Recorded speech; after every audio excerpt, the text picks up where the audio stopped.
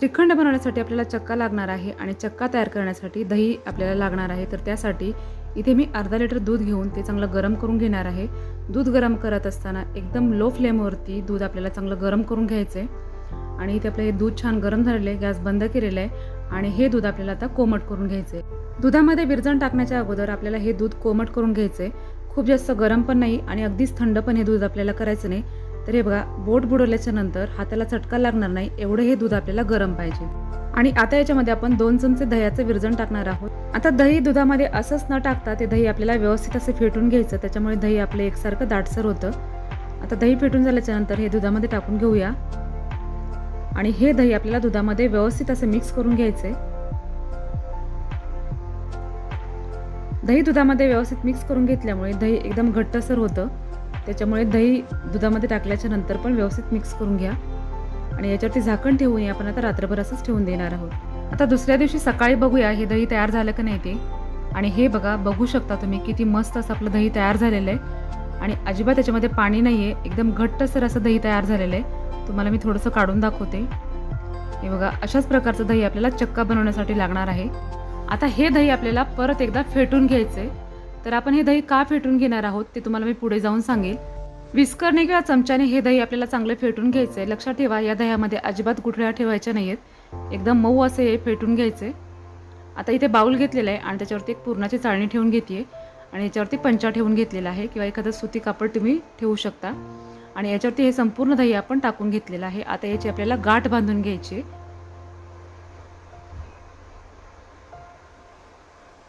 आणि हे जे दह्यामधलं पाणी आहे ते संपूर्णपणे निथळून घ्यायचे आपल्याला। तुम्ही जर श्रीखंड थंडीमध्ये बनवत असाल तर तुम्ही हे एखाद्या नळाला पण अडकून ठेवू शकता, म्हणजे त्याच्यामधलं पाणी पूर्णपणे निघालं जातं। पण आता उन्हाळा आहे, जर आपण हे दही वरती ठेवलं तर ते खूप आंबट होईल, त्यासाठी आपण आता हे दही फ्रीजमध्ये ठेवणार आहोत। फ्रीजमध्ये ठेवत असताना बाउलवरती चाळणी ठेवून हे दही आपल्याला असंच ठेवून द्यायचं आहे। वाटल्यास तुम्ही याच्यावरती एखादं वजन ठेवू शकता, म्हणजे ते पाणी लवकरात लवकर निघालं जाईल। तर हे आपण 6 ते 7 तास आता फ्रीजमध्ये ठेवून देणार आहोत। आता 6 ते 7 तासाच्या नंतर मी हे काढलेलं आहे, असं पाण्याच्यामध्ये निघालेलं आहे आणि हा चक्का जो आहे तो मस्त असं घट्ट झालेला आहे। आता अर्धा लिटर दुधापासून किती चक्का तयार झाला ते बघूया। हे वाटीचं वजन मी आता 0 करून घेतलेलं आहे आणि इथे बघा, आपलं जवळपास म्हणजे 220 ग्राम इथे आपला चक्का तयार झालेला आहे, म्हणजे साधारण पाव किलो चक्का आपला अर्धा लिटर दुधापासून तयार होतो। आता मी तुम्हाला सोडून दाखवते।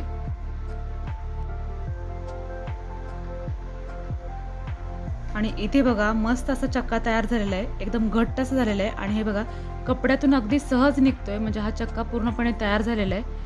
आता एका बाउलमध्ये काढून घेते आणि अगदी सॉफ्ट आणि क्रीमी असा चक्का तयार झालेला आहे। आणि आता मी तुम्हाला सांगते, जेव्हा आपण दही फेटून नंतर ते कपड्यामध्ये बांधलं होतं ते यासाठी बांधलं होतं की इथे आपल्याला हा चक्का जास्त फेटावा लागत नाही आणि अगदी मऊ असा चक्का तयार होतो। तर आता याच्यामध्ये आपण 150 ग्रॅम साखर टाकून घेऊया, म्हणजे पाव किलो चक्क्यासाठी आपण इथे 150 ग्रॅम साखर टाकणार आहोत। अगदी परफेक्ट प्रमाण आहे साखरेचं, याच्यामध्ये तुम्हाला कमी साखर लागणार नाही किंवा जास्त लागणार नाही, अगदी जसं आपण मार्केटमधून श्रीखंड आणतो तसंच या टेस्ट याची होते। इथे मी 2 चमचे कोमट दुधामध्ये 1 ते 1.5 चिमूट केशर भिजत ठेवलं होतं आणि हे आता याच्यामध्ये टाकून घेतलेलं आहे। आपण केशर वेलचीचं फ्लेवर बनवतोय, त्याच्यामुळे केशर थोडंसं जास्त टाकलेलं आहे। आता हे आपण व्यवस्थित असं फेटून घेणार आहोत। साधारण 5 ते 6 मिनिट आपल्याला हे व्यवस्थित असं फेटून घ्यायचं आहे। तुम्ही हँड विस्करने किंवा एखाद्या बीटरने तुम्ही फेटून घेऊ शकता, म्हणजे अगदी क्रीमी टेक्स्चर येईपर्यंत आपल्याला हे फेटून घ्यायचं आहे। आता इथे बघा, मी 6 ते 7 मिनिट हे फेटून घेतलेलं आहे आणि अगदी मस्त क्रीमी टेक्स्चर आलेलं आहे ह्याला। आणि हा श्रीखंडाचं आपलं मिश्रण तयार झालेलं आहे। आता त्याच्यामध्ये आपण ड्रायफ्रूट्स टाकून घेऊया।